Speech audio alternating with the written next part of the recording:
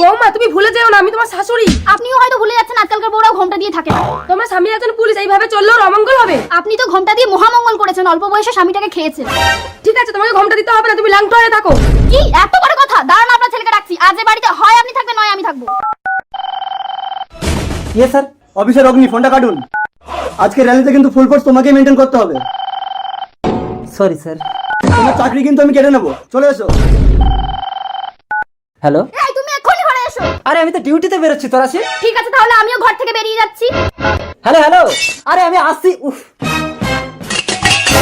কি হলো, কোথায় যাচ্ছ? বাপের বাড়ি। আমারও আর ভালো লাগছে না, এই বৃন্দাবনে চলে যাবো। আপনি কেন যাবেন? আপনার বাড়ি, আপনার ছেলে, আপনি থাকুন, আমি চলে যাচ্ছি। এই তোমরা একটু চুপ করবে? সব সময় কি শাশুড়ি বাবু ঝগড়া করতে হয়? হ্যাঁ স্যার বলুন। তোমাকে আসতে হবে না, তোমার চাকরিটা আর নেই। না না, তুমি কি ভেবেছো? আপনার ভেবেছো বাপের নাকি? বাড়ি। এই স্টপ স্টপ স্টপ, দাঁড়াও, তোমাদের ঝগড়া চিরদিনের জন্য থামিয়ে দিচ্ছি। কোনোদিন আর ঝগড়া হবে না। অগ্নি অগ্নি অগ্নি, তুমি এটা কি বললে, অগ্নি? মা, কি হয়েছে আপনার? আপনার ছেলে আমাকে ছেড়ে চলে গেল।